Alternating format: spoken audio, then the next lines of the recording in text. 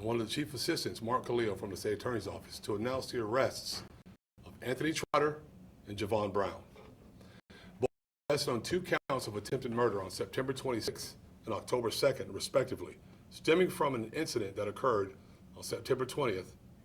On Friday, September 20th, undercover narcotics detectives were working an investigation in the 3000 block of Florida Avenue when they were ambushed by the shooter while they were sitting in their vehicle. The shooter approached on foot, pulled out a firearm, and fired 18 shots at the detectives. By the grace of God, the detectives were able to avoid being shot, but were unable to either return fire or pursue their attacker. The shooter fled the crime scene in a vehicle driven by a getaway driver. Our robbery violent crime unit took the lead in this cross-agency investigation that integrated multiple investigative units and paired them with cutting-edge technology.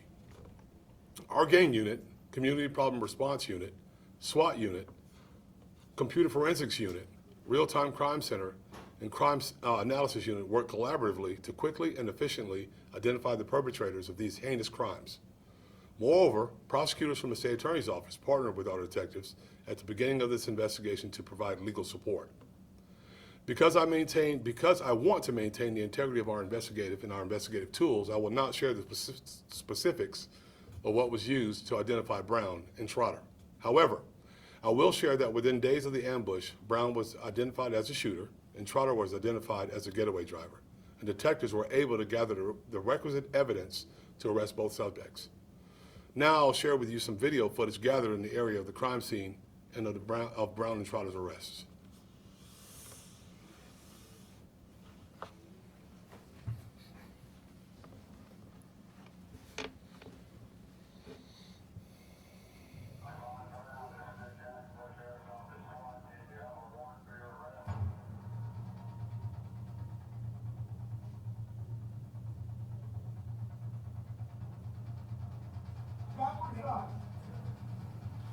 Keep your hands up in the damn air. Is this look like a game to you?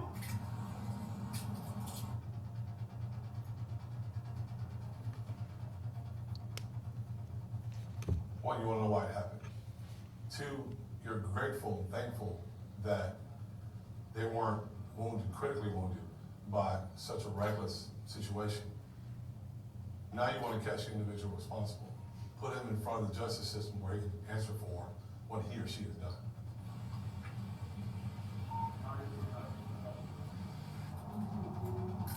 It's not for you to figure out. You listen to When one of the detectives noticed a suspicious individual walking their way, as he was notifying the other detective, this individual produced a handgun and fired 18 rounds towards their vehicle. At this time, we believe that the suspect was unaware of the police presence, and we believe that he was shooting at potentially a rival gang. It was very fortunate that they escaped any sort of injury. It was probably divine intervention.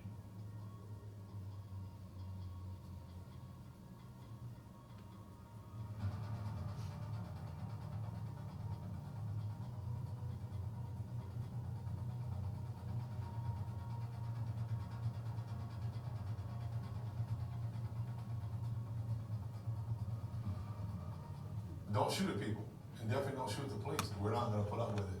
I think you should understand by now that we're not going to put up with it. If they don't, we're going to continue to show them that we're not putting up with it.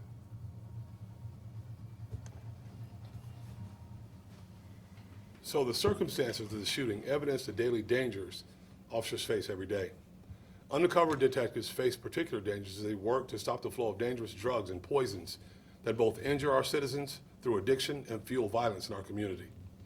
These detectives were nearly killed just sitting in their car for no reason at all.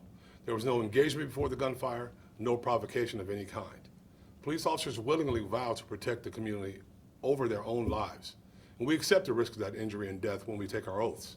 And while we recognize the inherent dangers of our work in law enforcement, please do not forget that we're still human beings. We're still sons, daughters. We're still parents, mothers, grandparents. We're normal people that are here tasked to do a very difficult job. We're public servants who, like you, want to do our jobs well and go home to our families. While I'm very angered that JSO's detectives' lives were endangered by these criminals, I'm heartened by how this agency worked collaboratively to bring Brown and Trotter to justice. Marrying technology with excellent police work, JSO detectives arrested 2 dangerous individuals who proved their disregard for human life. And if you have any questions, I'll be glad to take them right now. Sheriff, after experiencing something like this, where's your mind at? How does your heart feel? I feel good because they're caught. And listen, anyone that'll just walk up to a car indiscriminately and just start shooting, it's frustrating, but it's really good to know that we were able to get them off the street. And now they're going to have to face the legal system, the justice system for what they've done. Are you allowed to share what gangs these 2 young men were involved in? I won't. I don't. Listen, I don't want to give them any credit. They like it, so I'm not going to do that. We'll just keep that to us. Anything else? Sure. How are the officers doing, Sheriff? They're doing well. Of course, it takes a mental toll on you when you. I believe one of our officers. This is the 3rd time he's been shot at. And listen, it's not an easy thing. This is not an easy job. It's difficult. We know it's difficult when we do it, and we're willing to do it. But they're working through it. They're back to the street and doing what they need to do. To continue to work for this community. Sheriff, what message does this send to the gangs that are involved in all this mess? So I think that they probably know that we're not here to play with you. This is not a game. We're not going to play games. We have an organized force of people that, well, listen, we all wear the same colors. We have cars, radios, and we have weapons. We're going to take care of this community. And if you decide you want to hurt one of us or anyone else in this community, you're going to answer for it. That's the message I have for them. So listen, quit it.